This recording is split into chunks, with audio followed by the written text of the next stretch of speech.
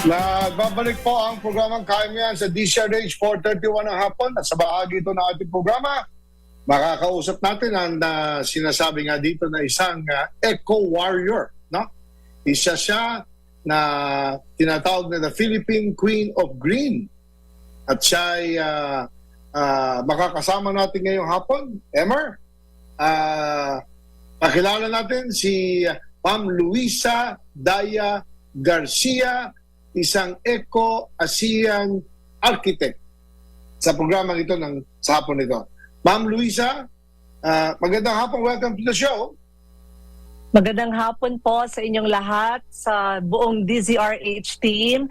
Sir Ricky, good afternoon. My friend Emer Gingon, and of course my idol, Miss Cory Quirino, who I share the same birthday, August 11 kami pareho. Ayan ka-birthday ko. Hi, Luisa. Yes. Hello po.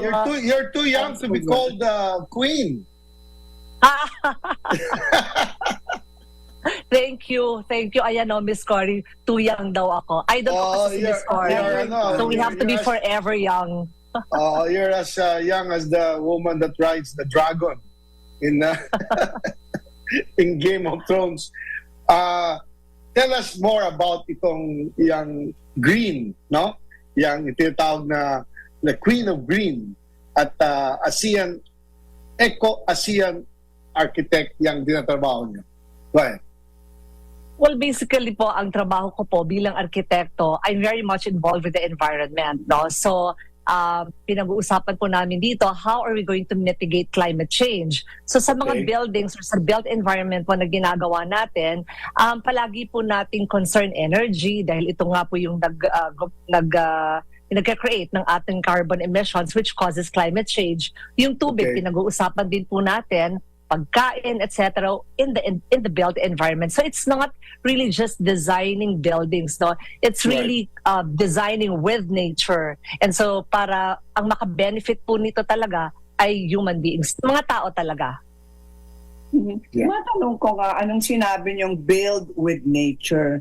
Para sa ating mga viewers at saka listeners, ano kayang ibig sabihin nun in terms of realistic way of living? Yung pang-araw-araw ginagawa natin sa buhay natin. Okay po. Let's go to the very basic concept na lang po. Ano po, lahat po tayo ay nakatira sa bahay or sa meron tayong sariling lugar, ano po. So when we build or we live with nature, ang una po dito ay ano yung mga elements ng nature na pwede nating ipasok sa loob ng ating kabahayan. For example, wind and daylight, no? During daytime, kadalasan po sa mga buildings natin, we use artificial daylight, no? Nakabukas yung ating mga ilaw, when actually we can design our buildings by bringing in natural daylight.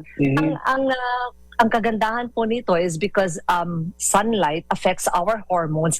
It's an added benefit to us. Kapag halimbawa naaarawan tayo, that's vitamin D, no? So we know naman po that 90%, if not 95%, of the time we are inside buildings, lalo na nung COVID, di po ba? 100% of the time we are inside buildings. So ito yung mga magandang aspeto. If you're designing with nature, how do we bring in also air or natural wind in our homes, no?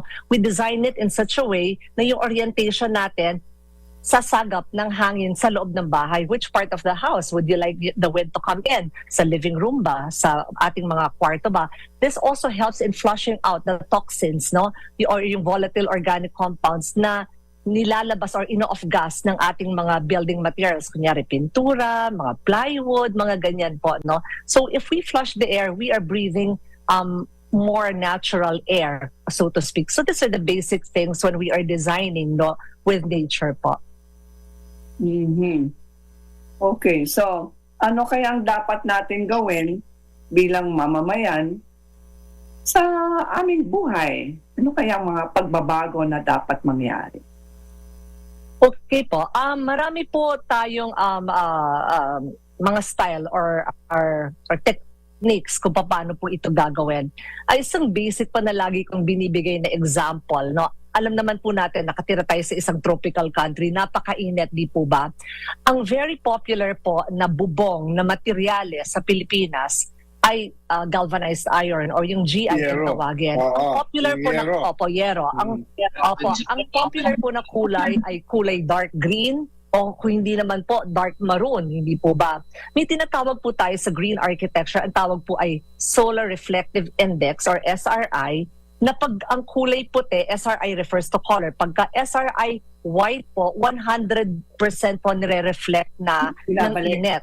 So pagka naman po kulay black, yung opposite, ibig sabihin po nun nag-absorb ng init.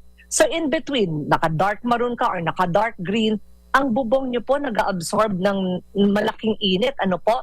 Ang mga 50%, kung hindi man 75%. Kaya mapapansin nyo po sa second floor or sa pinaka mataas na level ng gusali, no, kung nasa ng GI directly, nandoon naka-install, napakainit po sa taas. Whereas if we just design it in such a way na papalitan lang natin yung specifications, gawin lang natin puti, SRI 100, no?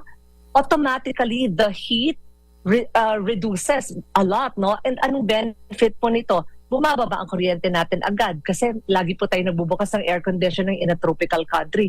And in that way, pag mababa ang ating energy consumption, automatically ang ating carbon emissions ay bumababa din po. This is one way in helping mitigate climate change. So many things. Pero ito po yung isang basic. Opo. Ang solar po, karamihan po sa mga suppliers natin, yung mga galing abroad, nagtataka sila, why are we not taking advantage of the 365 days of our sunlight na kahit po bumabagyo, may siling pa rin po to ng araw. So in a country like ours, it's really very practical to install solar panels.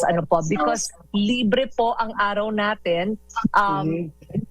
Most of the time, halos araw-araw po, on a daily basis, palagi po tayo may araw kahit na po bumabagyo. And we can take advantage of that. Automatically, malaki po ang nare-reduce natin na energy consumption with that alternative form of energy, solar panels po. Mangyari mahal lang ang solar. Diba? Pamura na po ngayon ng pamura. Well, ganito po, medyo mas mura na po siya as compared to the previous years. Now, what I tell my clients would always be, if you have a certain amount of money, for example, 150,000 in the bank, and you put it as time deposit, so you will not earn as much as the savings that you will incur from installing solar panels. And typically po, we do simulations po, and then we give the ROI, return of investment, sa aming mga clients, kadalasan po, depende sa gamit natin, between 3 to 5 years, bawi na po ang ating investment. And ang buhay po ng solar panels ay nasa 25 years po. So meaning, on the 6th year onwards, bawi na po yung ating investment, so parang libre na po ang ating kuryente. Alam nyo, last week, guest mo dito yung sa urban farming. Yes. How does plants in the house affect yung pagiging eco planning, eco architecture? Opo. Napakalaking bagay po. Alam naman po natin that plants, they give us oxygen, So sa loob ng bahay po, meron pong mga halaman, particular plants, na pwede nating ilagay, and it cleans the toxins in the air, Ayun. So kung halimbawa limitado po ang ating mga bintana o hindi tayo masyadong makapag-flush ng hangin, we can use plants. Meron pong mga companies who are renting plants, from us para lang po malinis ang kanilang air. Yes. It's also one way of Yes, Opo. Louie. Yes po. Yes, Marami sir. rin tanong dito, ang mga doktor kong kasama, si Dr. Elvis at si Dr. Ed. Nako, Anong tanong? Pagagandahin at palilinisin ang mga hospital natin kasi yun ang mga projects mo ngayon, di ba? Yes. Nabanggit mo yan kasi meron kaming project with the Department of Health, under kay Secretary Ted Herbosa. He's a very, he's a very good thinker, thinking outside of the box, if I must say. meron siyang programa na 2828 in 2028 kung tawagin. No? These are some sort of mini hospitals. We don't have the name yet, no? But this is parang mid-hospitals that will be constructed. Green hospitals are what they want, no?